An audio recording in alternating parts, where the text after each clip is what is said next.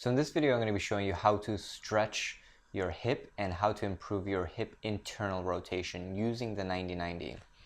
And so if we get into this 90-90 position, setup is going to be very important.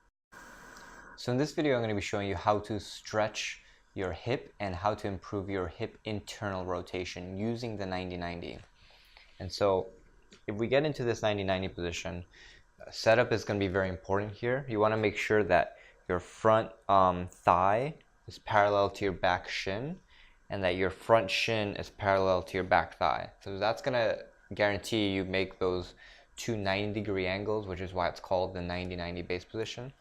Now, to improve your hip internal rotation, we're going to be focused on this trail leg. You're going to take your hands, you're going to start by placing them back behind you and then pivoting your torso and rotating towards your back foot. What this does is it rotates the pelvis and allows that hip joint to go into that internal rotation. And by rotating, you're also allowing yourself to support your torso on your hands and allowing the hip to actually be able to relax. Now, if you wanted to take this a step further, all you would have to do is think about dropping that glute towards the ground instead of rotating further with the spine. If you drop that glute, it's going to mimic you dropping that pelvis or rotating that pelvis further and deeper into hip internal rotation. You can even let this front leg come up a little bit if it means that you can access deeper ranges of motion in that hip. And so that's how you go deeper into hip internal rotation.